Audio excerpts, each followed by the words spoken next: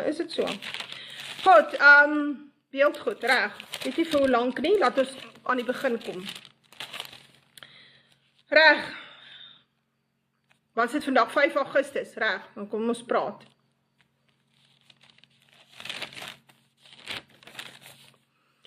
Nou ja, ouens, ek gaan die kommentare afsit. Is dit reg so met julle? Want anders maak julle my de mekaar. Ja, nee, jy moet prep dat jy kan Noord-Kaap toe gaan. Wanneer gaan ons saam met Duitsland? Duitsland sal na ons toe kom. Ons hoef nie na hulle toe gaan, nie. Hulle sal met ons toe kom. So, ek gaan afsit, dan gaan ek met jou Openbaring praat. Nou ja, dit is partymal 'n bietjie skokkend, maar ons moet maar oor Openbaring praat. Right.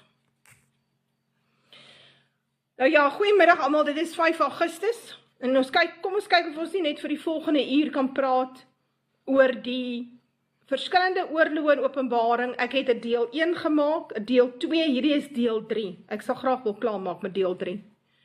Hierdie is 'n baie belangrike onderwerp in die skrif.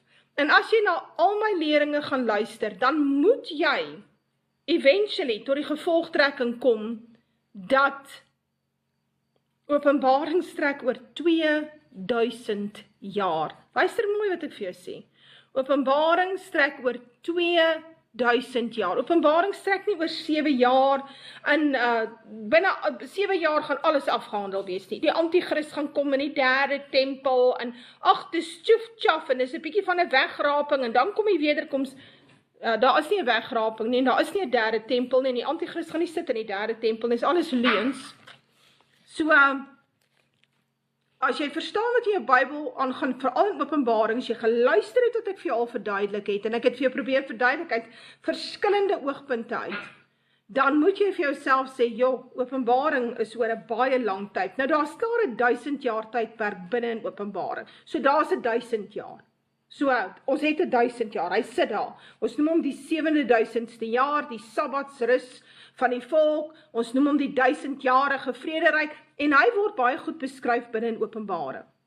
Die probleem is, 'n groot gedeelte van die bevolking dink dis nou Armageddon. Nou hoe hulle by dit uitkom, weet ek nie. Armageddon in die 3de wêreldoorlog is nie dieselfde nie. Dit is nie dieselfde nie.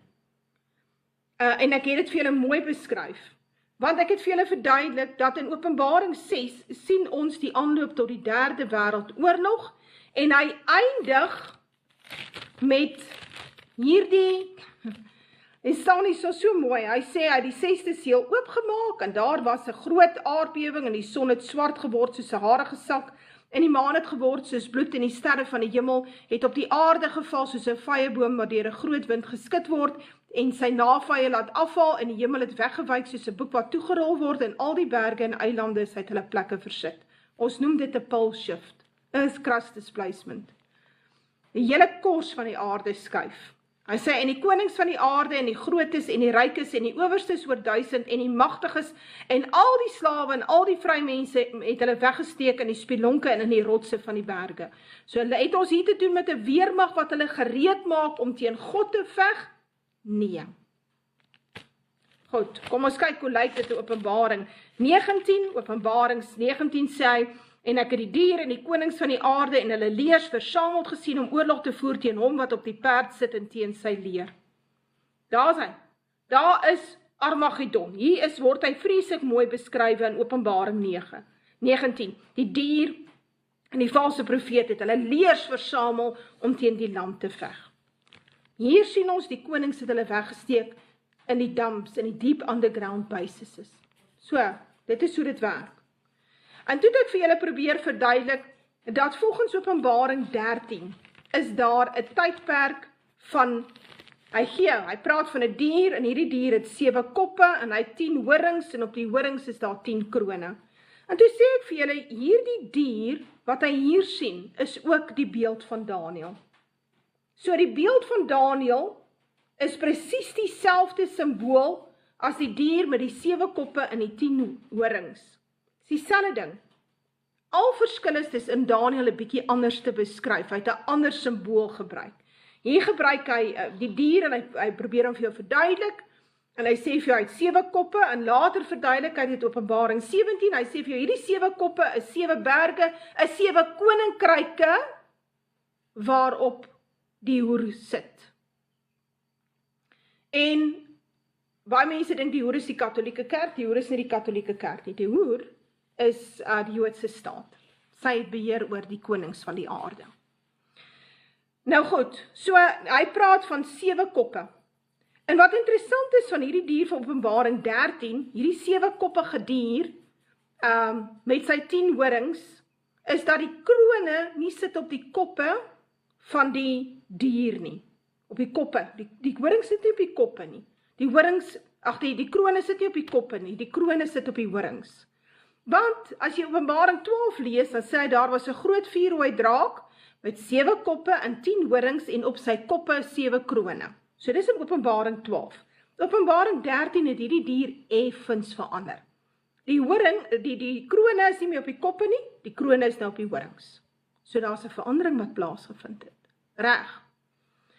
Nou ja, nou die groot ding is, die predikante gaan nie vir jou verduidelik wat hier aangaan nie. Ek weet van geen predikant wat dit vir die mense uitlê nie. Professor Walter Wit het 'n bietjie probeer, hy's verkeerd, want daar's 'n klomp goed wat hy nie insien nie, of hy wil dit nie insien, of hy wil dit nie verstaan nie.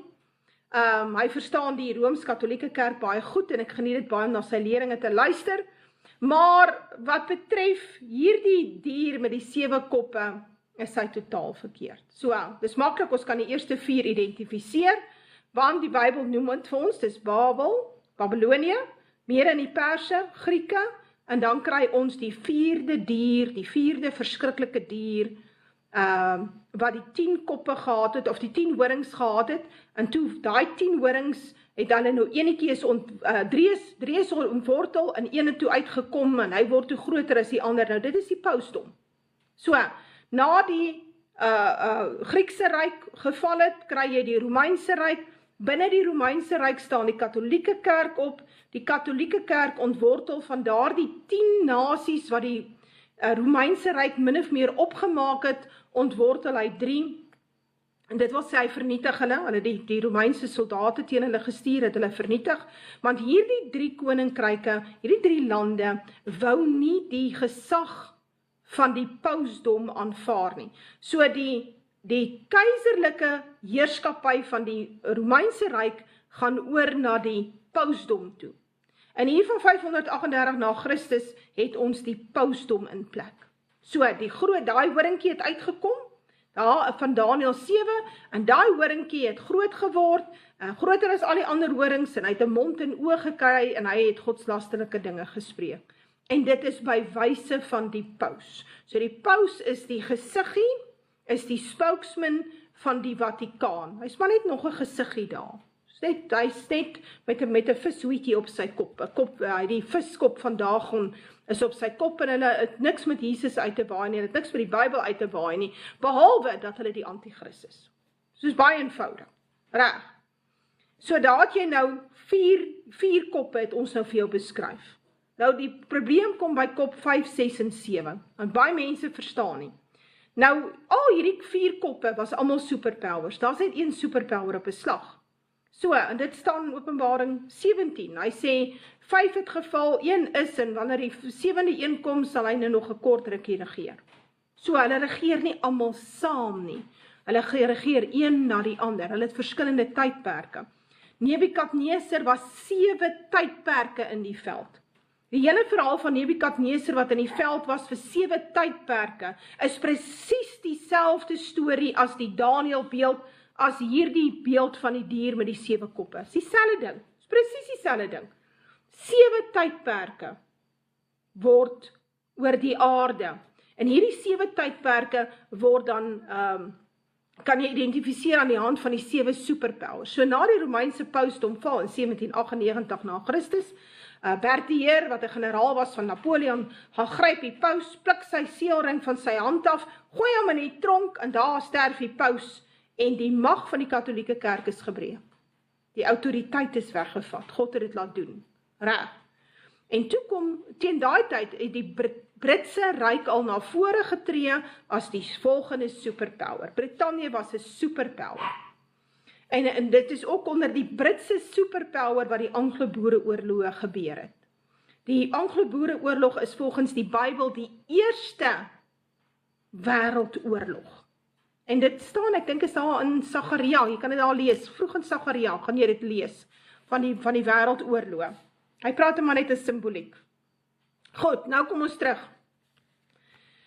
So, 7 koppe, die 6de kop, nadat die Britse Ryk geval het, hier in 1917, 1918, 1919, neem die Unie van Sosialistiese Sowjetrepublieke oor, en hulle regeer min of meer 70, 73, 74 jaar tot in 1989, en toe die Unie van Sosialistiese Sowjetrepublieke, daai federasies, daai kommunistiese federasie ineenstort, en hulle die Berlynse muur afbreek, nou ja, toe dink die wêreld, daar gaan nou 'n wonderlike vrede op ons neerdal, maar dit is toe nou nie so nie, want die 7de kop moet ook regeer.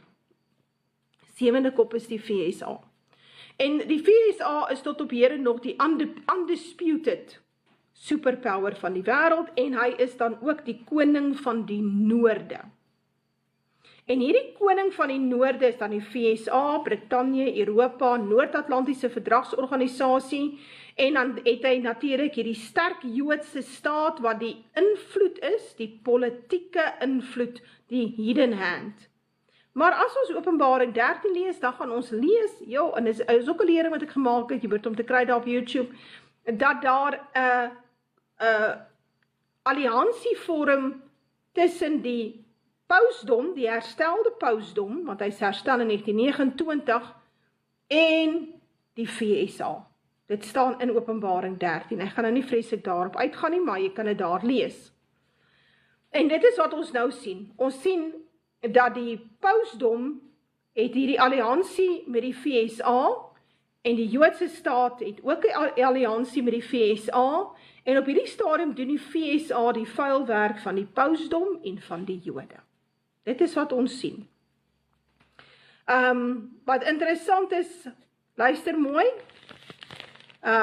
wat hy praat van die pausdom, hy sê, en hy het sy mond oopgemaak om te laster teen God om sy naam en sy tabernakel, wie is die tabernakel? Jesus Christus, en die wat in die hemel woon te laster.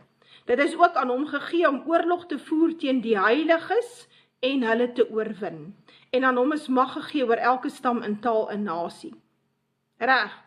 En dan sê hy, 'n baie interessante ding, ek wil dit nou net kyk, waar staan hy dit? Hy sê, hulle het gesê, by Openbaring 13 vers 4, en hulle het die draak aanbid wat die dier mag gegee het, en die dier aanbid en gesê, wie is aan die dier gelyk? Wie kan teen hom oorlog voer? Daar's hy.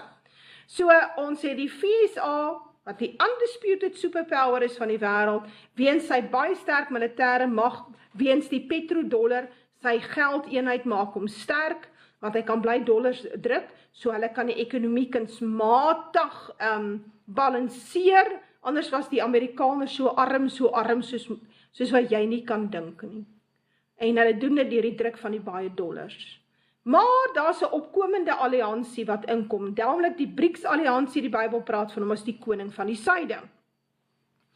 En hierdie koning van die suide sal op die ou einde die koning van die noorde totaal onttroon. Daar kom 'n derde wêreldoorlog, dit is reeds aan die gang, dit word openlik bespreek, en dit is wat gaan gebeur. Die Bybel sê, die volke, die nasies, en dan praat hy van die blanke volkere, hy praat van die Israel volkere, sal 'n kalkbrandery word. So jy kan nou dink. So, daar's plekke wat krematoriums gaan wees, wanneer daai bom ontplof 500 meter bo kan die aarde.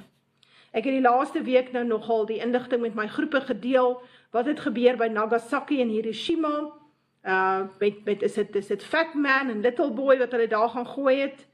Die VSA het geen moraliteit nie, geen etiek nie, geen integriteit nie, hy's 'n leienaar en 'n bedrieër. Die Bybel sê hy's 'n lam, hy praat soos 'n draak. Maar dis omdat die Jesuïte hom regeer, dis omdat die Jode hom regeer, dis hoekom. En so hy het 'n draak geword, hy het 'n oorlogsdraak geword, hy maak oorloë om die elite in beheer te hou, om die stelsel te bly balanseer. Want dit gaan hier oor olie en gas en grondgebied, dit gaan hier oor minerale, dit gaan hier oor BlackRock en Vanguard en State Street, dit gaan hier oor Jodese mag en Vatikaan mag. Dis waaroor dit gaan nie oor die gemiddelde ou nie, dit gaan nie oor die gewone mens wat sy kinders wil groot maak en 'n werk wil hê en 'n kar en 'n plekkie om te bly nie. Dit gaan glad nie daaroor nie. Dit gaan oor hierdie elite, hierdie topstruktuur wat besig is om te probeer hulle posisie hou terwyl daar eintlik reeds 'n ineenstorting van die ekonomiese mag begin plaasvind het danksy die opkoms van die BRICS-alliansie. Die koning van die suide, die rooi perd. Dit is wat ons besig om te sien. Nou, die vraag is altyd, nou maar goed, Deborah, nou maar nadat hierdie derde wêreldoorlog gaan gebeur, en jy sê daar's nie 'n wederkoms nie, en jy sê daar's nie 'n wegraping nie, wat gaan dan gebeur? Wel, dan sien ons die koms van die 8ste kop. Dan gaan jy vir my sê, maar hier staan niks van 'n 8ste kop nie, hier staan net 7 koppe. Nou ja, nou die Bybel is geneig om dit te doen, hy doen bits and pieces, hier 'n bietjie, daar 'n bietjie, sê hy. En hy doen dit vir 'n rede. Hy sê sodat jy agteruit struikel en verstrik raak en nie weet wat aangaan nie. So jy moet baie mooi verstaan wat in die Bybel is. Jy moet die sleutel hê. En as jy hierdie sleutel nie het nie, kan jy maar preek en jy kan 7 jaar studeer vir 'n teoloog. Jy kan maak net wat jy wil, op die ou en dat jy nie die sleutels van die koninkryk nie. En dan weet jy wat nie in jou Bybel staan nie, dan verkondig jy goed van daar's nog 7 jaar, daar's net 'n 7 jaar tydperk in Openbaring, dan gaan 'n derde tempel kom. Nee, ons moet nie worry nie, daar's 'n wegraping. Dan preek jy sulke twak vir jou mense en hulle glo jou want hulle self het nie insig in die Bybel nie. Dis baie hartseer. Nou ja, kom ons kyk wat hy sê. Hy sê by Openbaring 17. Hier kom die verstand wat wysheid het te pas. Die 7 koppe is 7 berge waar die vrou op sit, en hulle is 7 konings. 5 het geval, en 1 is, die ander 1 het nog nie gekom nie, en wanneer hy kom, moet hy 'n kort tydjie bly. En luister mooi wat hy sê, en die dier wat was, en nie is nie, is self ook die 8ste, en hy behoort by die 7, en gaan na die verderf. So nou, ewe skielik, uit die bloute, lees ons van 'n 8ste kop. Reg. En toe het ek vir julle mooi verduidelik, toe sê ek vir julle in Openbaring 17 sien ons ook 'n derde wêreldoorlog, net soos in Openbaring 14. Ons lees van hierdie derde wêreldoorlog en ons lees hoe 10 nasies opstaan en hierdie hoer op die dier met vuur verbrand. En hierdie 10 nasies wat opstaan is hierdie 10 horings wat krone ontvang. So, nou hulle staan later bekend as die Gog en die Magog. Ons lees van hulle. Hulle is ook die nasies wat op die ou einde die alliansie sal vorm en teen die lam optrek. Maar in Openbaring 17 sien ons dat hulle optrek teen die hoer op die dier. En die Bybel verduidelik vir jou die hoer op die dier is die Joodse staat. Dit staan in Openbaring 11. Hy sê die stad word genoem Sodom en Egipte waar ook ons Here gekruisig is.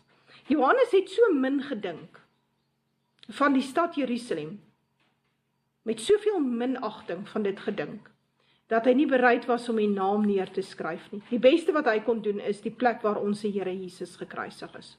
So, nou dit behoort jou te wees. Jesus is nie gekruisig in Rome nie, hy is nie gekruisig in Parys of in Londen of in Washington nie, hy is gekruisig in Jerusalem. Reg. So, hier lees ons van 10 horings, is 10 konings wat nog geen koningskap ontvang het nie. Hulle word 'n alliansie in die derde wêreldoorlog vorm hulle alliansie, maar hulle ontvang mag soos konings 1 uur lank saam met die dier.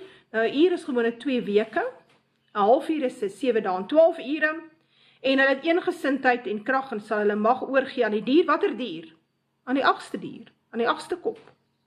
Hulle sal teen die lam oorlog voer en die lam sal hulle oorwin. Dit is so. Maar as ons lees van hierdie 10 nasies wat in plek kom, en hy maak oorlog teen die hoer op die dier, dit wil sê die Joodse staat, en hy vernietig totaal die Joodse staat, en hy verbrand haar met vuur, reg, dan word hulle ooit verslaan. Dis die vraag. Want is ons dan nou, dis Ros, en dit is die Gog en die Magog. Dis wat ons lees daar in Esegiel 39, nie Esegiel 38 nie, Esegiel 39. So, want Esegiel 38 en Esegiel 39 is 2000 jaar uitmekaar uit, en dit het ek vir jou verduidelik in deel 2, toe ek oor hierdie ding gepraat het. So, en jy kan, as jy dit lees, gaan jy dit agterkom, as jy mooi fyn lees, dan kom jy agter, maar dis nie dieselfde gebeurtenis nie, dis 2 verskillende gebeurtenisse. So in Esegiel 39 lees ons van Ros en Mesach en Tubal en al, hy praat van hierdie Gog en Magog nasies wat by mekaar kom en optrek en op die berge van Israel, dan dink mense dit het te doen met die Joodse staat, dit het niks te doen met die Joodse staat nie, dit het te doen met die weste, want Ros sal optrek, ja, teen die Midde-Oos, gaan dit sien in die Midde-Ooste ook, maar Ros sal op die ou einde die hele Europa verwoes. Europa, Brittanje, VSA, Kanada, dit sal verwoes word met hierdie BRICS-alliansie, wat 'n militêre alliansie gaan word, en onder hom sal die 10 nasies versamel word, wat die hoer op die dier verbrand, en ons sien dat hulle, daar's hierdie verskriklike oorlog in Esegiel 39, en dan lees ons dat Rusland verslaan is, dat Ros verslaan is, dat hulle lê daar, en hoe hulle lyke by mekaar gemaak word, en vir 7 maande sal die ouens die lyke by mekaar maak. So na die Derde Wêreldoorlog is daar steeds 'n lewe. Daar's mense wat oorbly, daar's mense wat oorleef het. Want hulle maak al die lyke by mekaar. Of is dit die engele wat die lyke by mekaar maak? Nee, dis die mense, dit staan daar. So, in Esegiel 39 lees ons nêrens van 'n wederkoms nie. Ons lees ook nie van 'n wegraping nie. Ons lees van oorlewendes, mense wat hierdie ding oorleef het. 'n handvol, dis nie baie nie. En hoe hulle dan nou maar by mekaar maak en weer van vooraf probeer om hulle lewens by mekaar te kry. Dit staan baie duidelik in Esegiel 39. En dan moet 'n mens die vraag vra, maar as Rusland en hierdie BRICS-alliansie, nadat hulle die wêreld verwoes het, tussen hulle en die VSA, want dit is 'n gesamentlike poging, nou, hoe is dit dan nou moontlik dat hulle in Openbaring 19 leers versamel om teen die land te veg? Hoe gebeur dit?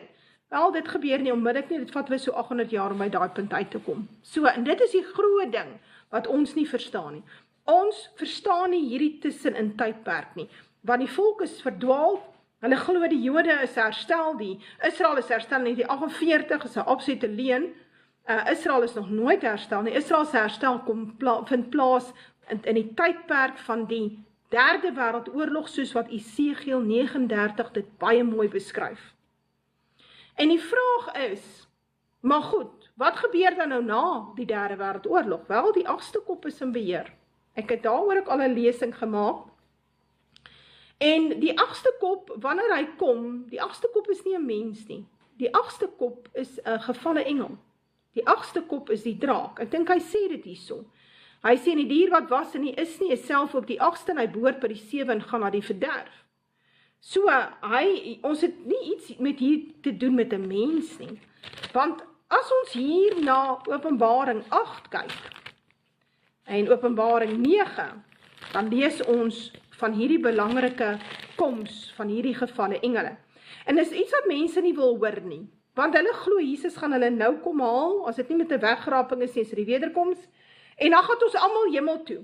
En ek weet nie waar kom hulle daaraan nie, want dit staan nêrens in jou Bybel van ons gaan hemel toe. Dit staan nie nêrens nie. Nêrens staan dit ons gaan hemel nie.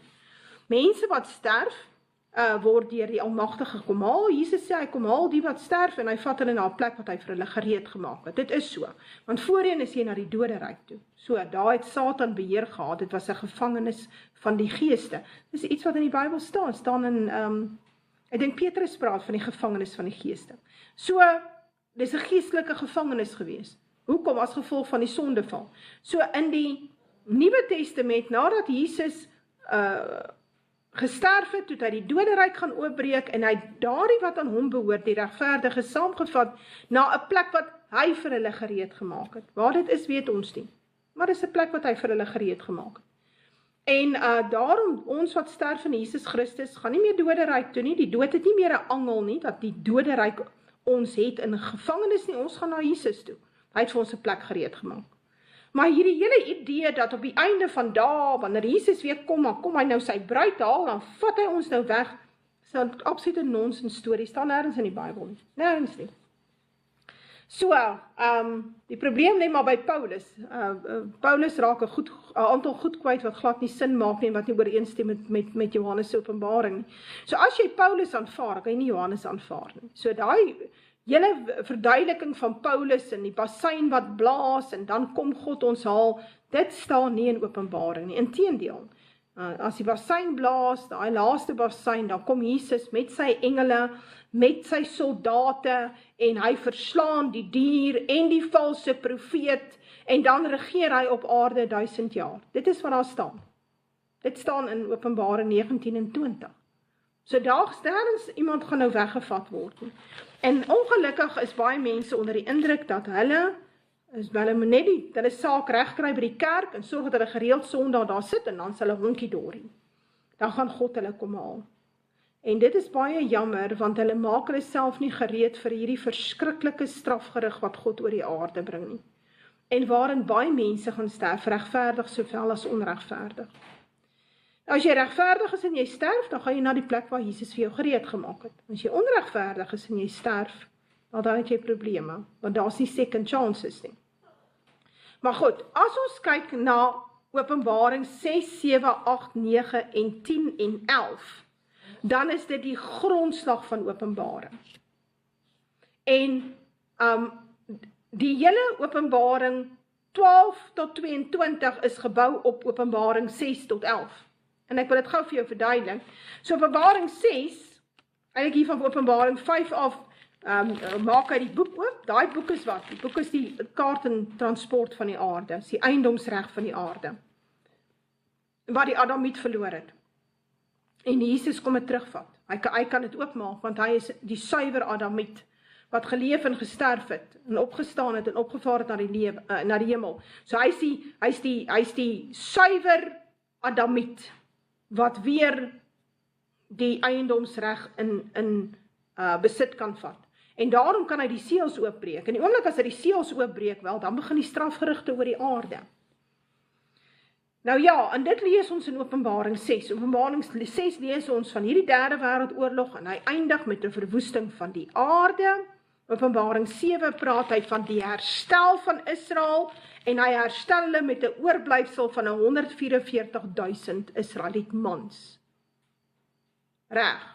Dan sê mense, hierdie is 'n wederkoms. Nee, is nie 'n wederkoms, is ook nie 'n wegraping nie. Niks daarmee te doen nie.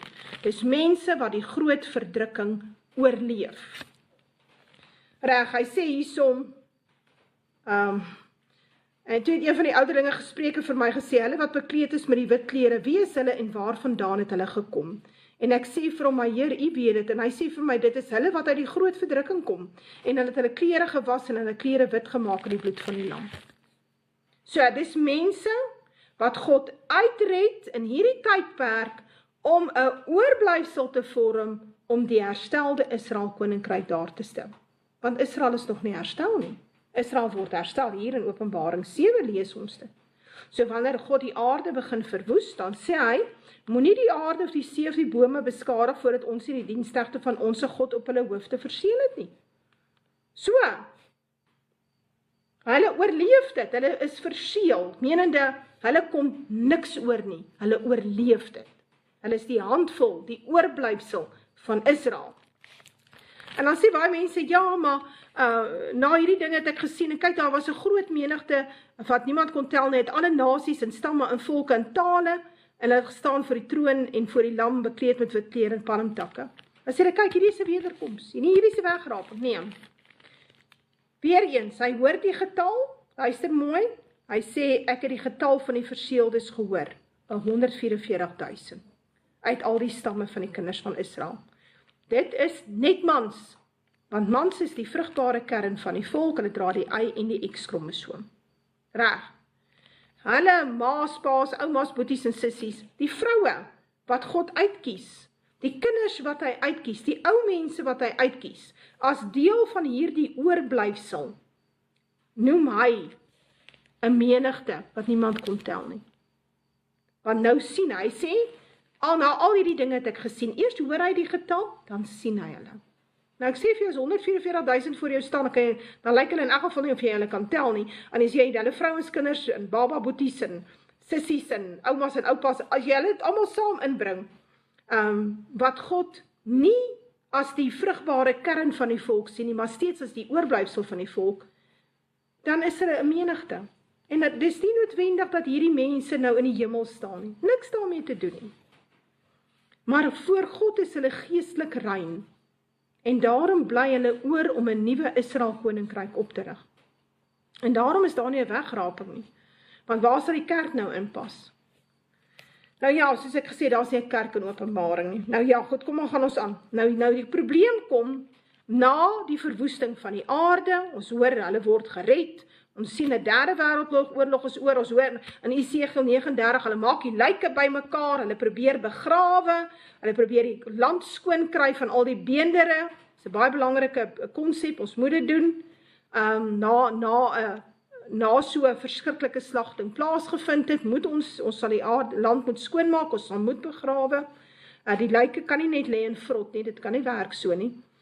Dis 'n tipe van 'n skandvlek op die aarde, so daar moet 'n ordentlike stelsel wees. Maar die oomblik as al hierdie dinge nou verby is, hierby na die 6de seël, lees ons, dan sê hy, en toe die 7de seël oopgemaak het, kom daar 'n stilte in die hemel, omtrent 'n halfuur lank. Nou, 'n halfuur is 7 dae, en 12 uur is baie maklik, jy vat 24 uur, jy stel dit gelyk aan 12 maande, en dan kan jy hom so, vat 24 uur gelyk aan 12 maande, so 24 gedeel deur die helft, deur 2 kry jy nou 12 ure, en 12 maande gedeel deur 2, dan kry jy nou 6 maande, en so doen jy jou sommetjie tot jy by 'n halfuur uitkom. Halfuur is 7 dae en 12 ure, en 'n uur is 'n week, 2 weke. So hy maak 'n 7de seël oop. So luister mooi, na die derde wêreldoorlog, na die verwoesting van die aarde, maak hy 'n 7de seël oop. So dis nie die einde nie. Ons moet nou mooi dink, dis nie die einde nie. Hy is besig om aan te tel. Dan sê hy, en ek het die 7 engele gesien wat voor God staan en 7 bassyne is aan hulle gegee. Nou, hoekom kom daar 'n stilte in die hemel? Dit het alles te doen met die groot planeet wat inkom om die aarde te verwoes. Hulle weet van hom, hulle kan hom sien. Hy sal baie binnekort vir ons sigbaar wees. En dit is die enigste rede hoekom die derde wêreldoorlog stop. Die derde wêreldoorlog stop, want daai ou kom in, en selfs die soldate kan dit sien. En weet wat gaan hulle vir hulle offisiere sê? Hulle gaan sê, hoekom beklei ons nog? Kyk wat sit daar op die horison. Ons wil nie meer hier wees nie. Ons wil huis toe gaan. En dit is wanneer die derde wêreldoorlog min of meer tot 'n einde kom. En dit is, daar is profete wat dit sê. Hulle sê, and the soldiers all look up and then they went home. Want hoekom? Hulle sien daai ou inkom. En hy sal uit die dag groter word en groter, saam met die totale drama wat met hom gaan. Voor hom kom die asteroïdes verby en ons atmosfeer suig hulle in en die groot klippe begin vul. Selfs voor die einde van die derde wêreldoorlog sal daai grootte wat inkom en wat net diskant Puerto Rico slaan en hulle sê hy breek in 2 of 3 dele dele van hom val blykbaar in die Stille Oseaan. Dis 'n groot klip, mense. Hulle gaan blykbaar probeer om hom in stukke te skiet. Dis iets wat Brandon Biggs van praat. En dit klink vir my of dit baie moontlik is. Ek dink Efrain Rodriguez praat ook daarvan. En hoe dit ook al sy, hy veroorsaak 'n verwoesting van alle kusvlaktes in 'n kwessie van 'n paar uur. En die aarde sal so sit en vibreer. As mense nou gedink het hierdie vulkaan wat nou uitgebars het, plus daai massiewe aardbewing, ek dink van 'n 8.8 hierby, is dit Kamchatka, daar naby Rusland, is 'n probleem. Wel, die aardbewing wat die aarde gaan tref, wanneer daai groot klip in die see val, dis kan Puerto Rico sal 12 op die Richter wees. En ek dink is omdat ek dink nie die Richter kan hoor as dit meet nie. So hy meet dit 12, en dit is tot daar waar hy gekalibreer is. En die aarde sal vibreer vir weke, saam met die vulkane wat aan die uitbarse uitgaan. En dit is hoekom die Bybel sê, hy sê hierso, hy sê hier, hy sê, en kyk daar was 'n groot aardbewing, dis die aardbewing waarvan hy praat, wanneer hy eerste asteroïde inkom en hy tref die mid-Atlantiese rif daar, tussen Afrika en Amerika in 'n kwessie van ure word alle kusvlaktes reg oor die wêreld sal onder water wees en hulle sal onder water bly. En almal wat so lekker langs die see gebly het is gone. Hulle sal sterf van hulle beddings. Hy sê daar was 'n groot aardbewing en die son het swart geword soos 'n harige sag en die maan het geword soos bloed. Hoekom? Want daar's geweldig baie onsuiverhede in die lug en die vulkane raak baie aktief. So, dit wat ons nou gesien het, onmiddellik nadat daai massiewe aardbewing daar by Kamchatka plaasgevind het, toe 'n vulkaan wat weet nie hoeveel jare nie uitgebars het nie, ewe skielik aktief geraak en hy stoot sy wolke, daai rook in die lug in op. Nou ja, kan jy nou dink as daar 'n baie groot ding in die see val en hy slaan die Mid-Atlantiese rif, 'n plek soos IJsland is gone, want hy sal letterlik oop skeur, want hy sit aan die toppunt van hierdie rif. Julle moet maar 'n bietjie die navorsing gaan doen, ek kan nou nie alles vir julle doen nie, maar julle moet maar 'n bietjie gaan navorsing doen, want hier kom 'n verskriklike aantal strafgerigte oor die aarde. Nou ja, die stilte waarvan hy praat is, daai planeet kom in, en hy ruk die aarde tot stilstand vir 7 dae en 12 ure. En sy skaduwee sal val oor Suid-Afrika, dit sal by ons ysig koud word, die son sal by ons ondergaan op die middag, staan in die Bybel, en dit sal weer lig raak, teen die aand se kant sal dit weer lig raak, 7 dae en 12 ure verder, dit staan ook in die Bybel. Nou ja, met die gevolg is, by ons gaan dit ysig koud raak, maar dit is 'n goeie ding, want daar waar dit nie koud is nie, en daar waar die son skyn, want die son sal uitbars, as gevolg van al die dinge wat gebeur, die kataklisme, dit wat in die hemelruim gebeur, gaan veroorsaak dat die son geweldig aktief raak. En my persoonlike opinie is, teen die tyd dat Nibiru arriveer, het ons sal dan nie eers meer krag wees nie. As gevolg van die electromagnetic impulses, as gevolg van die aardbewings, as gevolg van hierdie solar flares, dit is wat ons gaan sien. Ou moet maar leer om te leef soos die ou voortrekkers, want dis waar ons op pad is.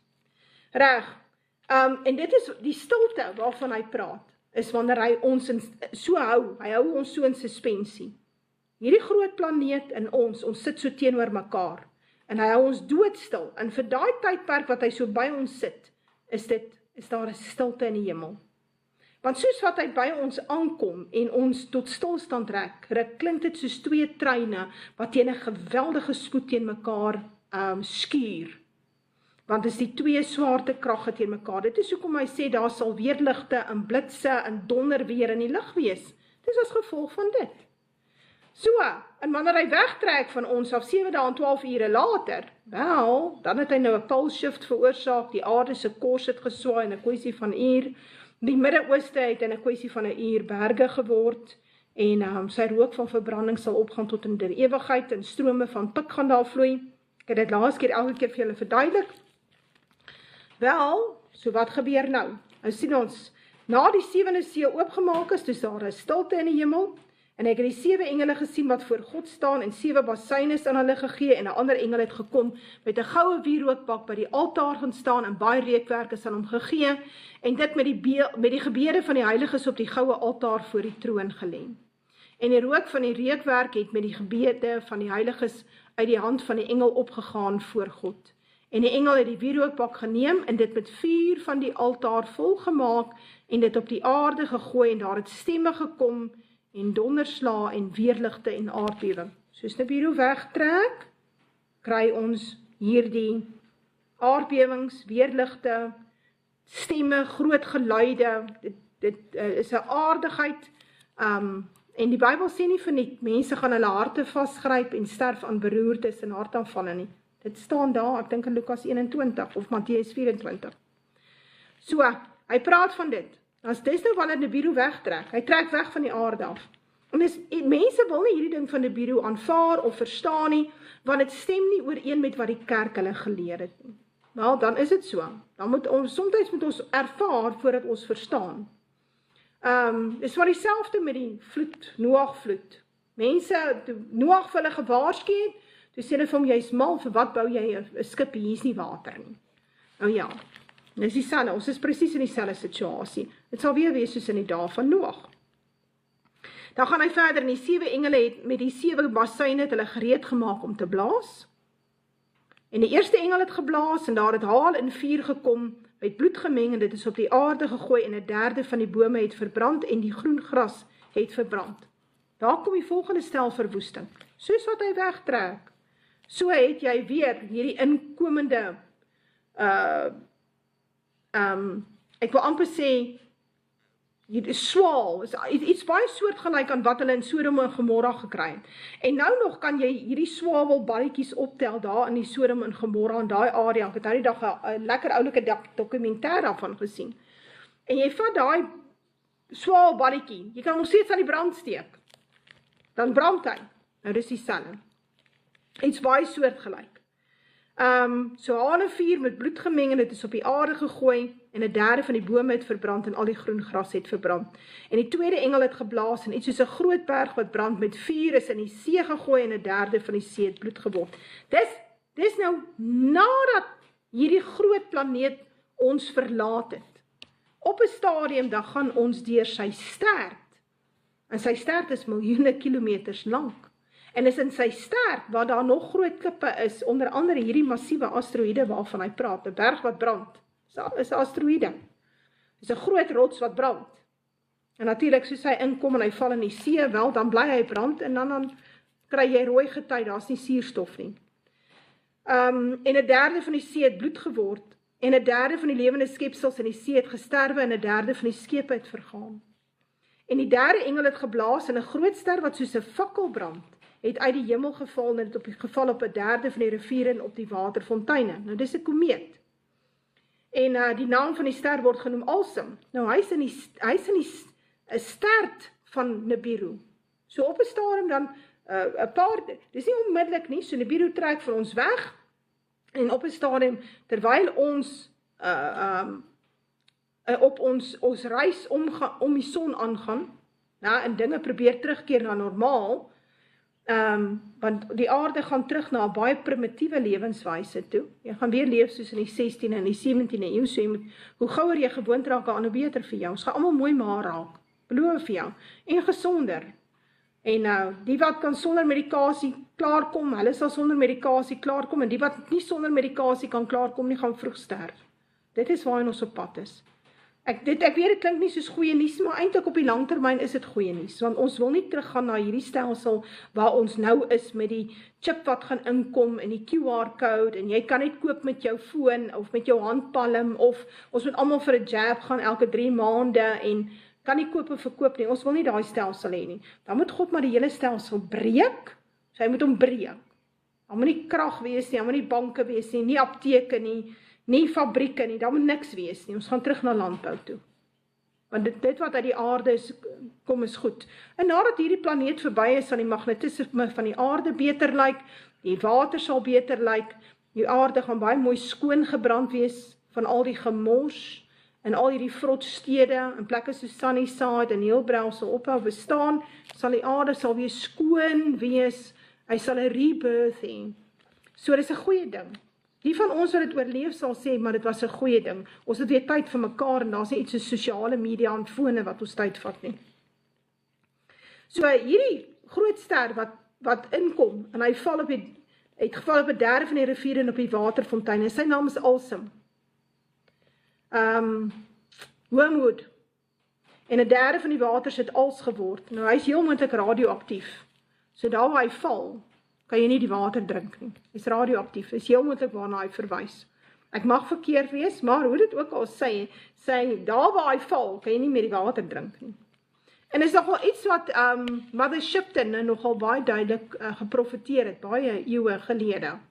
Jy behoort daar goed te kan kry op die internet, wat op 'n stadium nogal 'n audio daar gemaak. En sy praat van party plekke gaan daar nie water wees nie, mense gaan sterf van die dors. En as die water drink, wel dan, die water is radioaktief. Dan gaan hy verder, en die 4de engel het geblaas. Julle sien, daar's nie einde nie, die moeilikheid is net aanhoudend. En die 4de engel het geblaas, en 1/3 van die son is getref, 1/3 van die maan, 1/3 van die sterre, sodat 1/3 van hulle donker sou word. En die dag vir 1/3 nie sy lig sou gee nie, en in die nag net so. Wat tref die son, die maan en die sterre. Wat? Hy sê nie wat dit tref nie. Hy sê net, die 4de engel het geblaas en 1/3 van die son is getref, 1/3 van die maan en 1/3 van die sterre. Ok, so wat tref hom?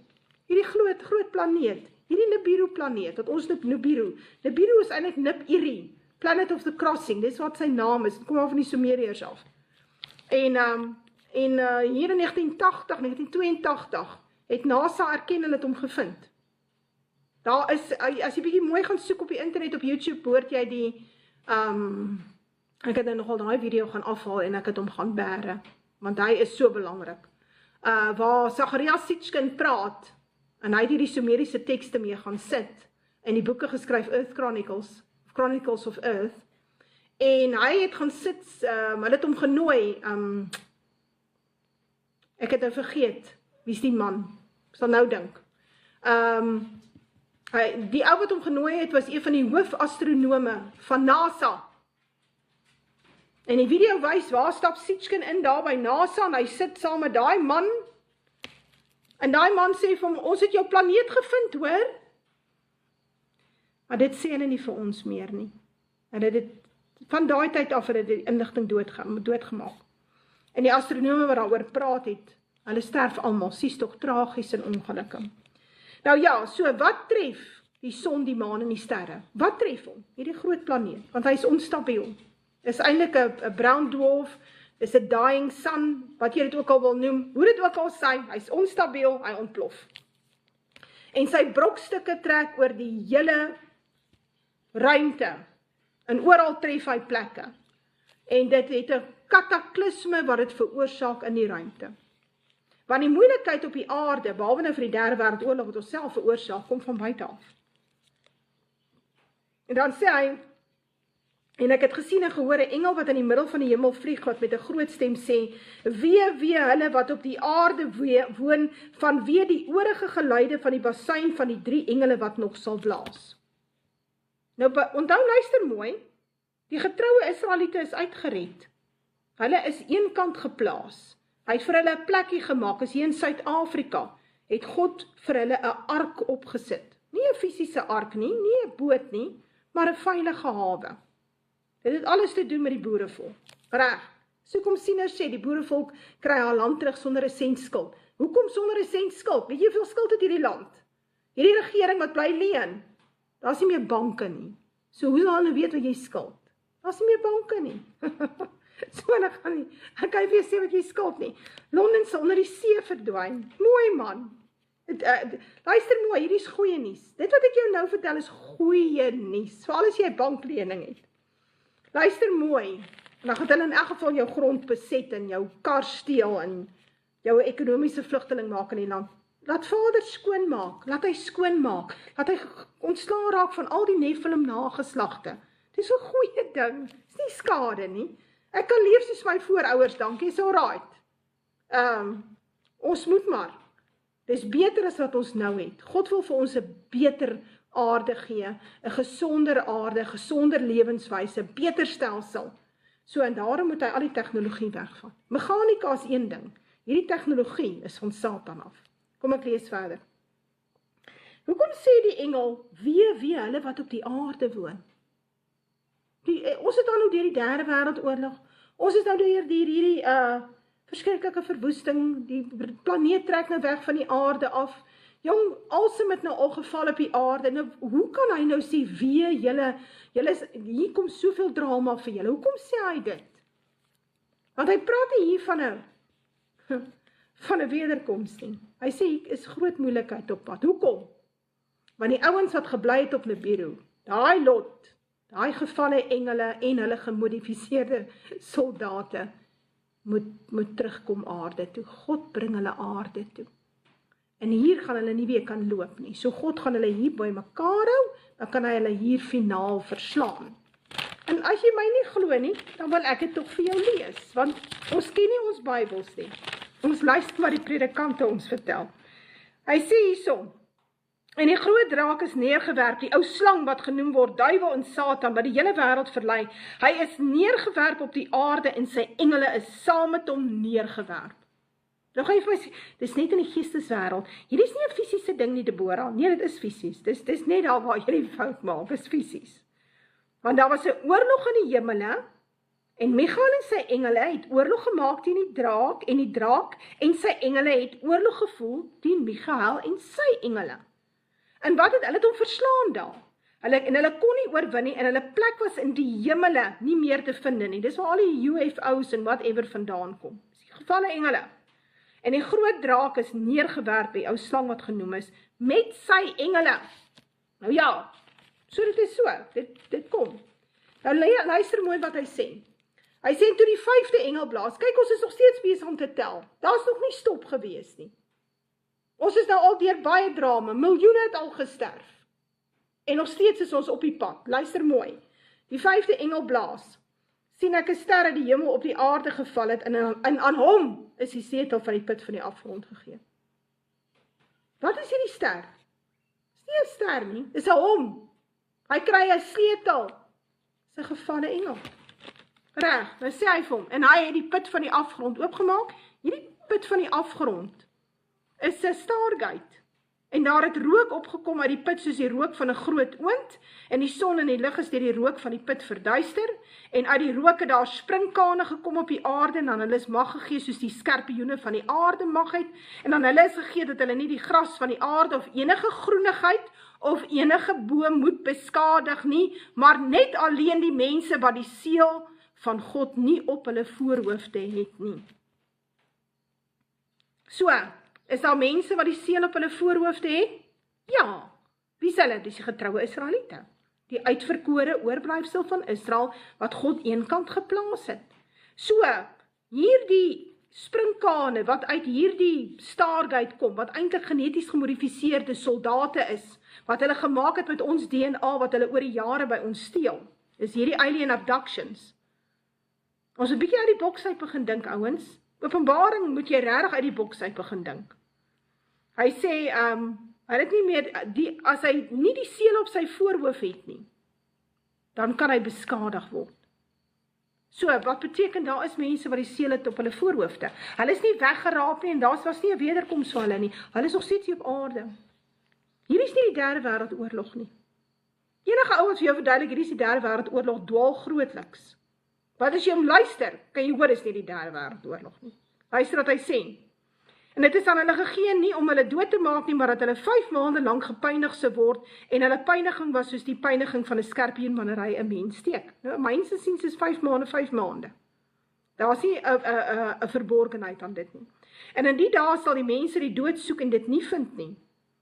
En hulle sal verlang om te sterwe, en die dood sal vir hulle wegvlug, en die voorkoms van die sprinkane was soos die van perde wat vir oorlog toegerus is. En op hulle koppe was iets soos krone wat net soos goud gelyk het, en hulle gesigte was soos die gesigte van mense. En hulle hare gehad soos vroue hare, hulle tande soos leeu's, en hulle het borsharnasse gehad van yster. En die gedruis van hulle vlerke was soos die gedruis van baie strydwaans met perde wat opruk na die oorlog. Luister mooi, waar is hierdie gedrog wat hulle hiervan praat? Hierdie geneties gemodifiseerde soldaat, wat lyk soos 'n sprinkaan, hy het leeuwe tande, maar die gesig is die van 'n mens. Waar is sy swak plek? Waar is hierdie ding se swak plek?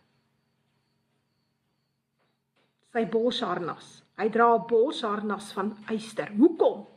Want dis sy sagte plek. Daarom het hulle die borsharnas vir hom gegee. Goed. Dan sê hy, ek net so 'n bietjie kans, ek moet nou net eers die puzzeltjie terugsit. Ek net 'n bietjie kans. Daar is hy. Goed, nou kan ek verder praat. En hulle het sterte gehad soos van skorpioene, daar was angels in hulle sterte, en hulle mag was om die mense 5 maande lank skade aan te doen. Hy sê, en hulle het as koning oor hulle die engel van die afgrond.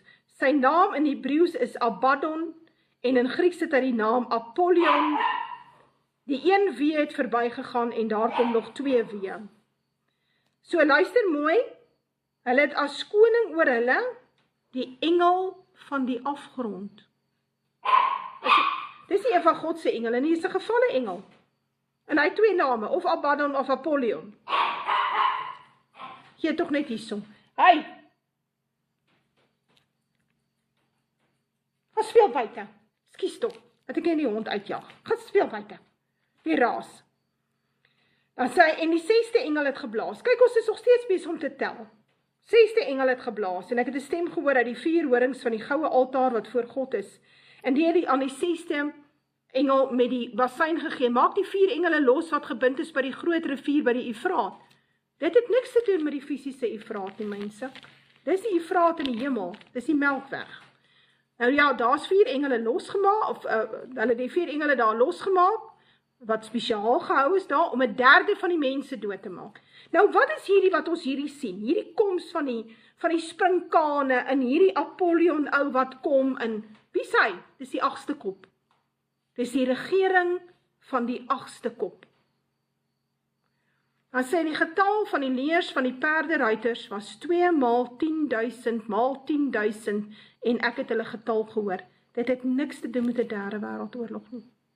Wanneer Satan met sy gevalle engele die aarde oorneem, doen hy dit as 'n militêre oorname. So, hy kom nie mooi praat nie, hy kom nie kumbaya sing nie, hy kom hierso, en hy kom met 'n militêre oorname. En die rede hoekom hulle die Stargate gebruik, is omdat die planeet ontplof. Menende, die planeet raak ernstig onstabiel. So jy met daai ouens wat jy daar by mekaar gemaak het, en gemodify het, en geals het, moet jy met 'n spoed hier op aarde kry. En dit doen jy deur middel van hierdie Stargate. En dit is hoe hulle dan nou op aarde kom. Want dit is die maklikste en die vinnigste manier. Hulle kom nie met 'n UFO hier aan nie.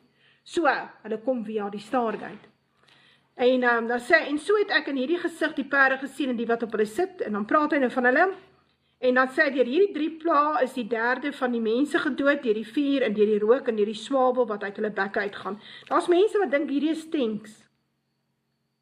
Dink hierdie is gewone oorlogstyk, jets en so aan. Niks daarmee te doen nie. Dis die koms van die 8ste kop. Dan sê hy, en die oorige mense wat nie deur die plaag gedood is nie, het hulle nie bekeer van hulle werke, van hulle hande, om duiwels te aanbid, of die afgode van goud of silwer, of klip en hout, wat hulle nie kan sien, hoor of loop nie. En hulle het nie bekeer van die moorde, en towery, en hoedery, en hulle diefstalle nie. So, as jy nou hier lees, dan kom jy hier by Openbaring 10. Dan lees ons, daar is nog 'n profesie wat plaasvind. Hier praat hy van nog 'n profesie. Hy sê vir daai profeet, jy moet 'n boekie eet. So, en dit was soet in sy mond soos heuning, maar dit was bitter in sy maag.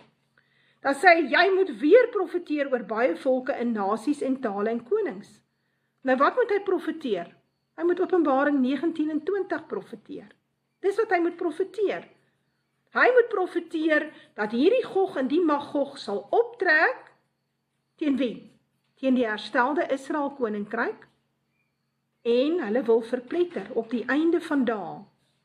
Nou ja, die 2 getuies van Openbaring 11, baie mense dink die 2 getuies is mense, is nie mense nie, ek sal op 'n stadium met julle daaroor praat, is die wet en die profete, is nie mense nie, want mense leef nie 1260 jaar nie. Daar staan uit, hulle 1260 dae lang profeteer. Hoe lank is 'n dag? 'n Profetiese dag is 'n jaar. Nou ja, kom ons gaan aan. Nou ja, al wat Openbaring 11 vir jou verduidelik, is dat daar 'n afsondering is van 'n groep mense, die heilige stad, en dit het niks te doen met Jerusalem nie, dit het te doen met die Israel volk, met die oorblyfsel. Hy praat van hulle. Dan sê hy, en die 7de engel het geblaas, en daar was groot stemme in die hemel. Dit is nou die 7de basyn. Ja, dit wat Paulus van praat, maar as jy hier lees, stem dit nie ooreen met wat Paulus sê nie. So, en die 7de engel het geblaas, en daar was groot stemme in die hemel, en wat sê, die koninkryke van die wêreld het die eiendom van ons Here geword, en van sy Christus, en hy sal as koning heers tot in alle ewigheid. Nou, iewers is iets fout, want ons het dan nog laas gelees van die 6de engel, en van die 4 engele wat nou losgemaak is, en van hierdie groot klomp leers, en hoe hulle die mense doodmaak, en met geweld onderdruk, en sy ryk konsolideer. Dis wat hy sien, maar dit is 'n imperiale mag wat oorneem. Hy kom die aarde oorneem, want hy is die 8ste kop. Hy kom regeer. God dwing hulle terug aarde toe. Soos wat hy hulle met die vloed gedwing het om te vlug van die aarde af, dwing hy hulle terug aarde toe hierdie keer. Dit is die 8ste kop. Dit is die voete van die beeld met die 10 tone. Goed, die voete van die beeld met die 10 tone het met die pausdom niks uit te waai. Die voete van die beeld is die 10 nasies wat opgestaan het, en hulle word dan op die ou einde van die dag die Gog en die Magog. Hulle verwoes die hoer op die dier, naamlik die Joodse staat, hulle verwoes Europa, ons sal sien daar's die verwoesting van Europa, Brittanje, Kanada, VSA, dit word 'n groot islamitiese kalifaat, want dit wat daar oorbly is maar islamiete, hier en daar sê siener, is daar 'n wit haar, menende daar in Brittanje, maar daar gaan niks oorbly nie. Dit wat oorbly is hierdie klomp Ismaelite en Afrikane en Pakistanis. Hulle sal oorbly. En hulle vat daai hele Europa en dit word 'n islamitiese kalifaat en dit word geïnkorporeer onder die 8ste kop, onder die gevalle engel met sy hierdie verskriklike oorlog wat gaan plaasvind, waar die mense eintlik glad nie kan veg teen hierdie geneties gemodifiseerde soldate nie. Dit is wat gaan gebeur. En dis, ek weet dit is 'n moeilike begrip, maar ons moet verstaan, daar kom 'n 8ste kop. Dit is, die Bybel sê, daar kom 'n 8ste kop. Hy praat baie duidelik oor hierdie oprigting van die Gog en Magog, en dan sê hy op die ou einde dat die Gog en die Magog veg teen die lam. Maar hoekom sal hulle veg teen die lam? Gaan hulle 'n brief skryf hemel toe en hom uitdaag? Nee. Hulle trek op teen die Israel koninkryk. Ons sien dit in Openbaring 20 ook, hulle trek op teen die laar van die heiliges. En dit is hoekom God intree, met sy engele. Want ons veg dan nou hier teen geneties gemodifiseerde soldate en gevalle engele. So dan moet daar mos nou, dit moet dan mos gebalanseerd wees. Engele teen engele. Dit kan mos nou werk. So, en die rede hoekom Satan hierdie gemodifiseerde engele soldate maak, geneties gemodifiseerde monsters maak, is onder andere vir 'n oorname oor die aarde, en dan wil hy sy mag konsolideer vir wanneer hy opstaan teenoor die Israel koninkryk. Dit is wat hy wil doen. En dan is dit, dan moet jy, as jy God wil aanvat, moet jy soldate hê. En hulle weet dit beter as ons. En dit is wat hy gaan doen. Nou luister mooi. Die 7de engel het geblaas. En dan sê hy, daar was groot stemme in die hemel, die koninkryke van die wêreld het die eiendom van ons Here geword en van sy Christus, en hy sal as konings heers tot in alle ewigheid. Nou luister mooi. Skus tog. Hoe gebeur dit? Kom ons lees. Hoe word die aarde die eiendom van God? Hoe gebeur dit? Openbaring 19, en ek het die dier en die konings van die aarde en hulle leers versameld gesien om oorlog te voer teen hom wat op die perd sit en teen sy leer, en die dier is gevange geneem en saam met hom die valse profeet wat die tekens in sy teenwoordigheid gedoen het, waarmee hy hulle verlei het, wat die merk van die dier ontvang en sy beeld aanbid het. Lewend is die 2 gewerp in die vuurpoel wat met swaal brand. En die ander is gedood met die swaard wat uit sy mond gaan van hom wat op die perd sit, en al die voëls is versadig van hulle vleuels. Baie mense is die mekaar. Armageddon is 'n oorlog. Daai wederkoms van Jesus is 'n oorlog. En meer as net dit, mense sê, ja, ons gaan aansit by die bruilofsmaal, en die bruilofsmaal is 'n wonderlike ding, dan dink hulle die tafels gaan so gereed staan, en die kossies gaan uitgesit word, en dis daar in die hemel, ikona. Mense, ons moet begin Bybel lees.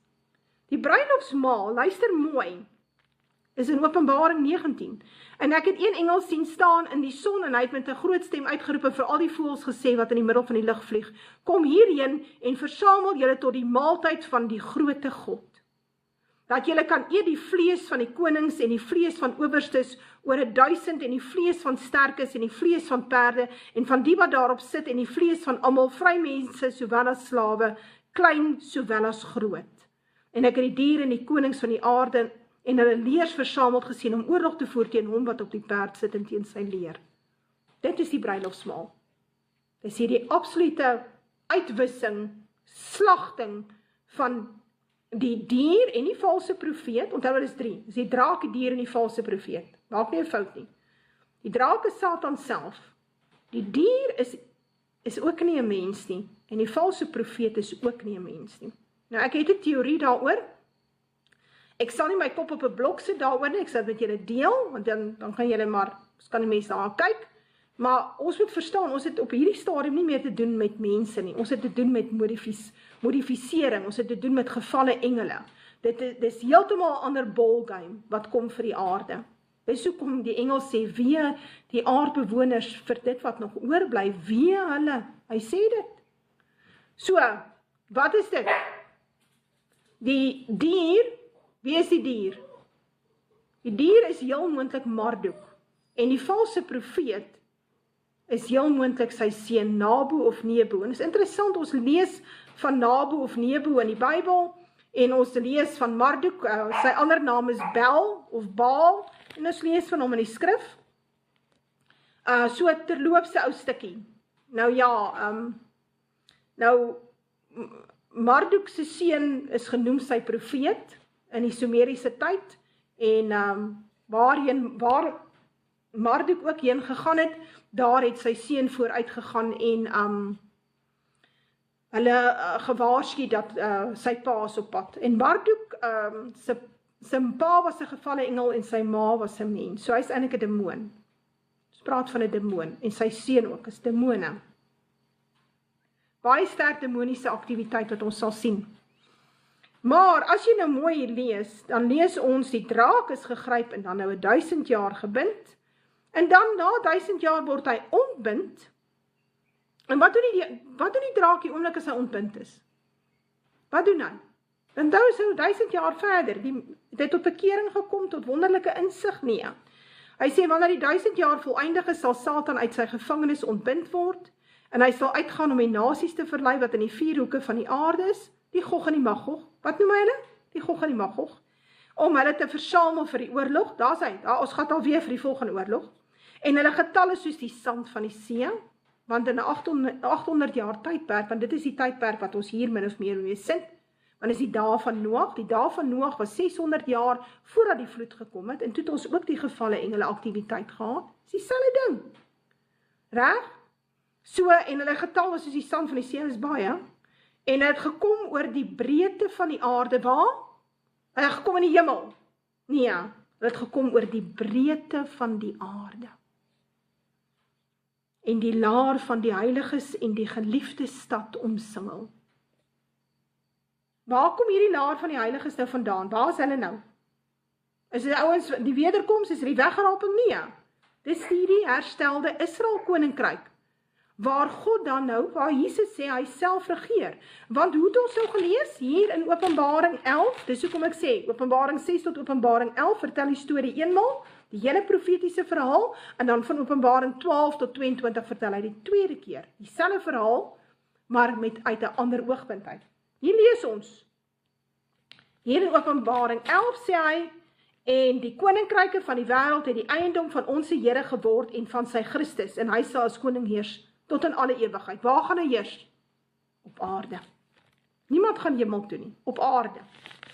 En wanneer die 1000 jaar voleindig is, sal Satan nou uit sy gevangenis kom, hy maak die Gog en die Magog by mekaar, en hy trek weer op teen die laar van die heiliges. Dit wat hy gedoen het in Openbaring 19, maar wat nie vir jou gesê is nie, want jy sonderstel om het te weet, doen hy in Openbaring 20 ook. En Openbaring 20 is Esegiel 38. Dit is die groot triek. Mense, ons moet self gaan lees, self ondersoek instel, dan gaan dit beter gaan met ons, maar self lees. Dan sê hy hierso, nou ja, hy omsingel die laar van die heiliges, hy omsingel die geliefde stad, en wat dan nou? Nou sê hy, en vuur het van God uit die hemel neergedaal en hulle verslind. Is daar weer 'n oorlog? Nee. Trek hulle op? Ja. Is daar weer 'n oorlog? Nee. Want vuur uit die hemel sal hulle verslind. En nou kom ons kyk of ons dit nie net kan kry daar in Esegiel 38 nie. Reg. Ek het dit nogal gemerk. Hy sê hierso by Esegiel 38 vers 21. en ek sal die swaard oproep teen hom, na al my berge, spreek die Here, die swaard van die een sal teen die ander wees, menende, daar sal, hulle gaan onder mekaar veg. Hy sê, en ek sal met hom in die gereg gaan deur pes, en deur bloed, en oorstromende stortreën, en haalstene, vuur en swaal op hom laat reën, en op sy leers, en op baie volke wat saam met hom is. Wat is dit? Dis is Openbaring 20. Is dan dieselfde storie. Hy gaan hulle met vuur en swaal uit die hemel totaal uitdelg. Daar sal nie meer 'n Gog en 'n Magog wees nie. Hulle word totaal uitgedelg. Daai sataniese saadlyn, daai Nephilim saadlyn van Genesis 3 vers 15, kom amptelik tot 'n einde in Openbaring 20.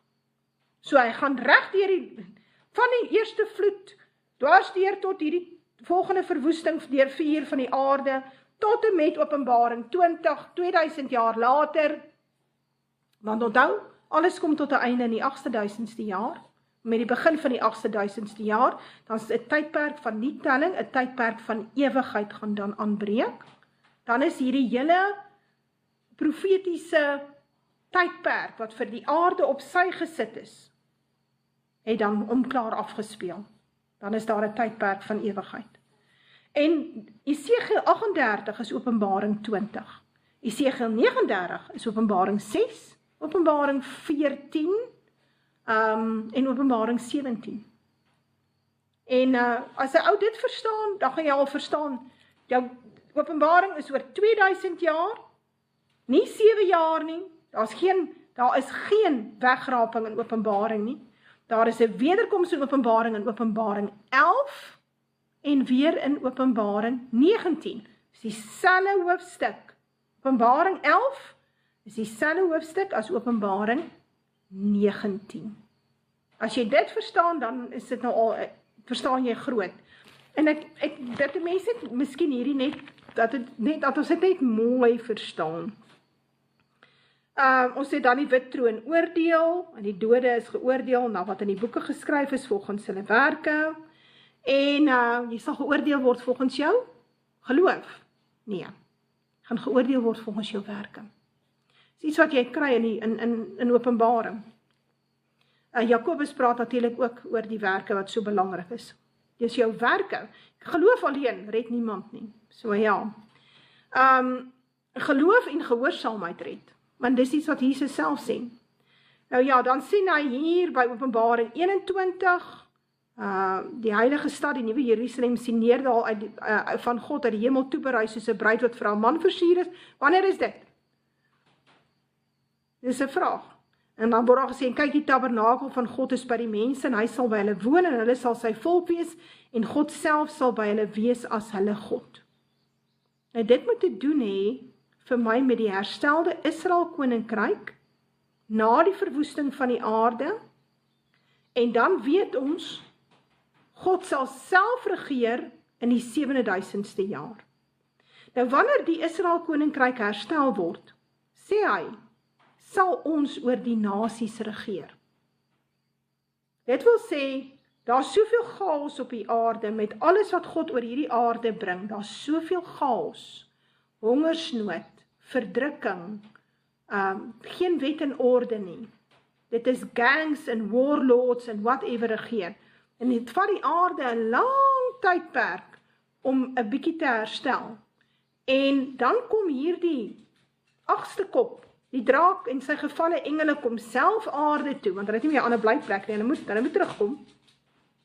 En dan, wat doen Vader met hulle hierso? Dan sal hy hulle hier verslaan. Maar daai ouens kom met hulle weermagte, en hulle onderwerp die grootste deel van die aarde aan hulle mag. En hulle regeer.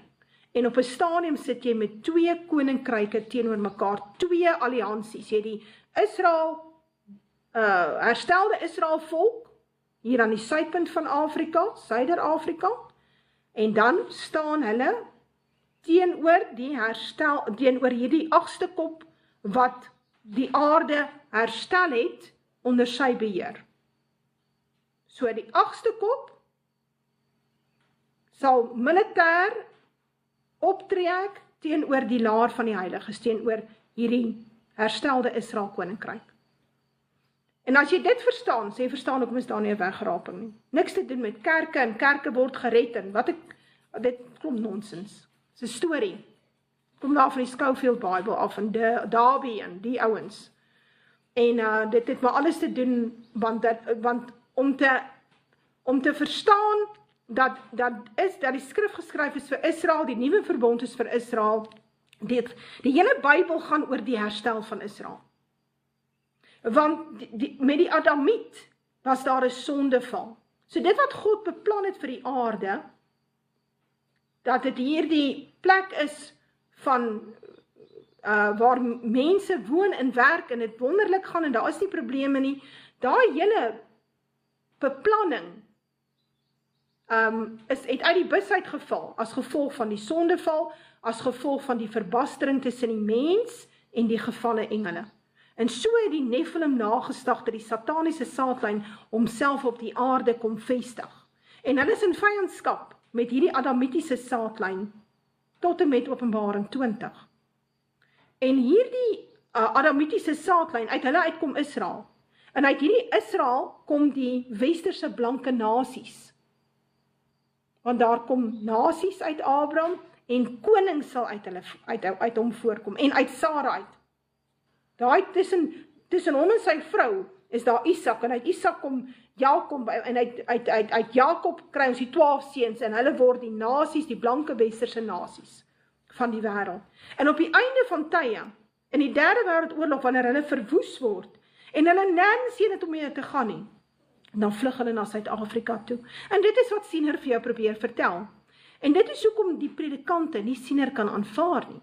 Want Siener praat lynreg teenoor die leuns wat van die kansels en van die pastore en so aan vir jou verduidelik word. Lynreg, dis lynreg teenoor mekaar. Daarom word Siener gesê as 'n valse profeet en ons wat nou met Siener werk en na die Siener visioene kyk, met ons is die verdwaaldes. Wat ek julle sê, Siener se gees was baie suiwerder as wat ons in ooit kan wees. Ons bly in 'n baie besoedelde wêreld. So, as ek moet kies tussen Siener en die pastoor of die predikant, en sy siening, dan kies ons maar Siener se siening. Verstaan julle dit? So, dis hoe ek het verstaan. Hoekom? Want Siener stem ooreen met my Bybel. Reg, 'n mense wat Siener verwerp, ken nie sy Bybel nie. Ouens wat agter die Jode aanloop, want daar's baie Jode aanbidders, hulle verloon die seun. Die oomblik as jy die Jode goed praat, as jy goed praat wat hulle doen, as jy die Jode ophemel, as jy 'n Jode aanbidder is, die Jode kan nie fout doen nie, mag hulle nooit kritiseer nie, God gaan ophou om vir jou lief te wees, hoor, as jy dit doen. Daai ouens is almal loonaars van die seun. So as jy jou skaar by Judas en die Sanhedrin, wat Jesus vermoor het, dan moet jy nie die naam Jesus op jou lippe neem nie. Los dit dan maar. Word deel van die Joodse rabbies, gaan sit by hulle voete en leer die Talmud. En vloek Jesus, want dis in elk geval wat jy doen. So mense raak baie ongelukkig as ek dit sê, maar nou ja, waaroor gaan die Bybel? Oor die herstel van Israel, oor die herstel van die Adamiet op 'n volmaakte aarde, op 'n herstelde aarde. Dis waaroor die hele Bybel gaan. Dit gaan oor hoe God 'n profetiese tydlyn daar gestel het, dat alles homself moet uitspeel tot hier op die 8.000ste jaar. En ek beloof vir jou, jy gaan dit nie mis nie. Solank as wat jy leef, ons leef op aarde. Enigste manier om hierdie aarde te verlaat is om te sterf. Enigste manier om hier aan te kom is gewoonlik om gebore te word, behalwe as jy deur die Stargate kom. So dit is iets wat baie belangrik is vir ons om te verstaan. Maar onthou, die gevalle engele en die geneties gemodifiseerde soldate is nie mense nie. Is nie Adamiete nie. Is nie mense nie. Dit is nie vlees en bloed nie. Hulle het ander tipe liggame. Wat hulle natuurlik baie kragtig en baie magtig maak. Hulle het ook baie wonderlike vaardighede. As jy kyk na die inligting wat ons het van voor die vloed, as jy kyk na die bouwerke wat daar was, net voor en na die vloed, as jy kyk na wat hulle gebou het, dan het ons te doen met 'n baie gevorderde hoogs intelligente beskawing. Maar nou hoe dit ook al sê, hier op die einde van tye, staan hierdie Israel koninkryk apart, en ons het chaos in die wêreld, is iets wat Blikstemdromer natuurlik ook sê, en ek sal afsluit met hierdie versie. Blikstemdromer sê, hy sê, daar's 'n lig oor Suider-Afrika, en hy sê, die res van die wêreld is pikdonker. Dis nag oor die res van die aarde. Dis nag. En dit is hoekom Siener sê, hy sien hierdie klomp vlugtelinge inkom na Suider-Afrika toe. Hy praat spesifiek daarvan. En ons lees van hierdie ryk wat oor die nasie sal regeer, lees ons hier in Daniël 7. Luister mooi. Dan word die koningskap en die heerskappy en die grootheid van die koninkryke onder die ganse hemel gegee aan die volk van die heiliges van die Allerhoogste. Hulle koninkryk is 'n ewige koninkryk en al die heerskappye sal hulle vereer en gehoorsaam wees. Gaan hulle hemel toe? Nee. Gebeur hierdie ding op aarde? Ja.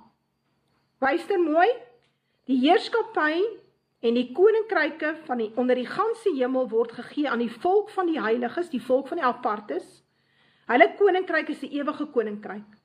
En al die heerskappye sal hulle vereer en gehoorsaam bestaan. Daar staan nie al die heerskappye gaan Jesus gehoorsaam wees nie. Hoekom nie?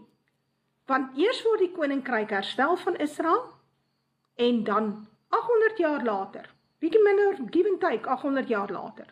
Ek kan nie presies sê hoe lank nie. Jy nog sê in die 7de deel van die 10de week, waar 'n week dan nou 700 jaar is. So 10 weke maal met 700, kry jy by 7000 jaar uit. So, hy sê in die 10de week in die 7de deel, sien ons Armageddon. Nou ja, jy kan hom maar gaan uitwerk. Hoe dit ook al sy, tot en met dan het ons 'n herstelde Israel koninkryk, wat stadig maar seker opgebou word, want ons sal min mense wees in die begin, en dan sal ons heers oor die aarde. By ons is dit lig, want God het hierdie geestelike Jerusalem oor ons kom neersit, hierdie beskerming, hy het sy tent oor ons kom oopspan, Openbaring 7, en dan die res van die wêreld is dit nag, dis donker, totale verwoesting. Dit lyk sleg. En dan, en ons sien dit ook hier in Daniël 2, sien ons presies dieselfde, Daniël 7 en Daniël 2 verwys 'n bietjie na mekaar. Luister mooi wat hy hierso sê, maar in die dae van die konings, watter konings is dit? Die konings van die gevalle engele. Want dit gaan oor die 10 tone. So nou praat daaroor. In die dae van die konings van die God van, maar in die dae van die konings sal die God van die hemel 'n koninkryk verwek, wat in ewigheid nie vernietig sal word nie. En die heerskappy daarvan sal aan geen ander volk oorgelaat word nie. Dit sal al die koninkryke verbrysel, en daar 'n einde aan maak, maar self sal dit vir ewig bestaan. Wie sal aan al die ander koninkryke 'n einde maak? Die Israel koninkryk sal aan al die ander koninkryke 'n einde maak, maar self sal dit vir ewig bestaan. So, die klein klippie, wat van die groot rots afbreek, is Israel, en spesifiek Juda, die boerevolk. En sy slaan die beeld aan sy voete stikkend. En dit is hoekom hy vir Petrus sê, jy Petrus, hy sê, en op hierdie rots sal ek my gemeente bou. Nou daai woordjie rots is Petra, is vroulik, jy kan hom gaan opsoek, ek het hom spesifiek gaan opsoek. Hy sê, jy Petrus is natuurlik Petros, is manlik. Hy sê, en op hierdie rots, Petra, vroulik, is 'n vroulike rots, sal ek my gemeente bou. En van wat praat hy? Wie is hierdie Petra? Dis die klein klippie, wat afgeval het van die groot rots, en die beeld aan sy voete stikkend slaan. Dis Juda. Juda kry die vroeëre heerskappy eers, die boerevolk word eerste herstel. Sien, daar sê, julle gaan laaste in, dis in 94, het ons laaste nuwe wêreldorde land geword, en julle kom eerste daar uit. So die herstel van Israel vind plaas in Suider-Afrika. Herstel kan nie hier plaasvind, boerevolk, as ons nie ons deel doen nie. So ons moet, op 'n stadium, moet ons 'n aantal dinge in plek sit. En die belangrikste is hierdie onttrekking Noord-Kaap toe, die volk verstaan dit nie, maar die ouens sal later wakker word en gaan met sy voete loop Noord-Kaap toe, dis wat hulle gaan doen. Want dit is waar het veilig gaan wees, dis die volgende groeipunt. God moet weer 'n groeipunt skep, soos wat hy 'n groeipunt vir die volk gegee het by Vrystaat en Transvaal, 'n groeipunt, wat toe nou later op die ou ende die hele Suid-Afrika geword het, 'n groeipunt vir die blanke volk hier in Suider-Afrika. En toe is ons oorstroom deur ons vyande wit en swart. Hulle lyk wit, maar hy is eintlik nie wit nie. Hy sê Adamiet, hy's 'n baster. En op die ou einde van die dag het hulle die land by ons gesteel. So God moet dit nou herstel. So, daar moet weer 'n groeipunt wees. So, die volk moet skuif van die stede uit. Noord-Kaap toe, gelukkig, die ANC gaan help om dit te doen. En die FSA gaan help, en Brittanje gaan help om julle almal uit julle goeders uit te kry, weg van julle materie af, gaan alles onder julle basse uithaal, en dit is wat gaan gebeur, dit staan in jou Bybel, Sefanja 3. En dan, as jy niks het nie, as jy niks het om te verloor nie, wel, dan sal ons geestelike deel in plek kom, en die volk gaan mooi verstaan wat Deborah van hulle mooi verduidelik, en hulle gaan verstaan, hulle is op die ou einde die groeipunt, en die kos wat geplant moet word, want om terug te gaan na 'n tydperk van die 16de en die 17de eeu, 'n totale verwoesting van die aarde, soos wat hy vir jou dit verduidelik, moet ons teruggaan na landbou toe om te kan oorleef, want God is 'n boer, en ons is boere, interessant, God is 'n boer, en ons is boere. Nou ja, dis die kort en die lank, so kan julle sien, daar is baie oorloë in Openbaring, en hy strek oor 'n baie lang tydperk, is jammer, maar ons sal mettertyd, we will get the hang of it, ek glo ons sal. Nou ja, baie dankie vir almal wat geluister het, ek sal so lank gou kans gee vir kommentare,